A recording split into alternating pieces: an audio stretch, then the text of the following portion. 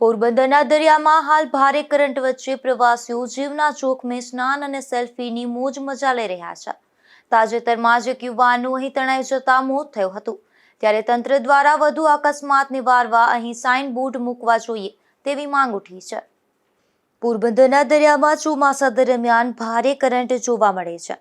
માવઠાની આગાહી વચ્ચે પણ દરિયામાં કરંટ હતો અને હાલ દરિયામાં કરંટ જોવા મળે છે. દરિયામાં ભરતી હોય ત્યારે તો દરિયો ગાંડોતુર બને છે અને આવનારા ચોમાસા દરમિયાન પણ દરિયામાં ભારે કરંટ જોવા મળશે.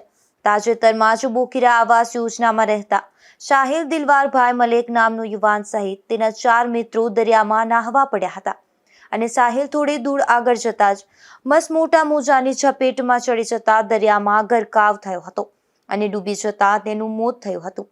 હાલ પણ દરિયામાં કરંટ હોવાથી ચોમાસા સુધી દરિયામાં પગ બોળવા જવાની પણ પ્રવેશબંધી અનિવાર્ય છે. ખાસ કરીને પ્રવાસીઓ દરિયાના કરંટથી અજાણ હોય છે. એવા લોકો દરિયામાં પગ બોળવા અને નાહવા કૂદી પડે છે ત્યારે અઘટિત ઘટના બની શકે છે. હાલ અનેક પ્રવાસીઓ દરિયામાં ભારે કરંટ વચ્ચે જીવના જોખમે સ્નાન અને સેલ્ફીની મોજ માણી રહ્યા છે. આ પ્રવાસીઓ થોડા દિવસ પૂર્વે બનેલી દુર્ઘટનાથી પણ અજાણ છે, જેથી લોકોની સલામતી માટે દરિયા કિનારે પગ બોળવા પર પણ પ્રતિબંધ ફરમાવી અહીં પ્રતિબંધ અંગેના તેમજ દરિયો જોખમી હોવાના સાઇન બોર્ડ મૂકવામાં આવે તે જરૂરી બન્યું છે. નિપુલ પોપટ, ગુજરાત ન્યૂઝ, પોરબંદર.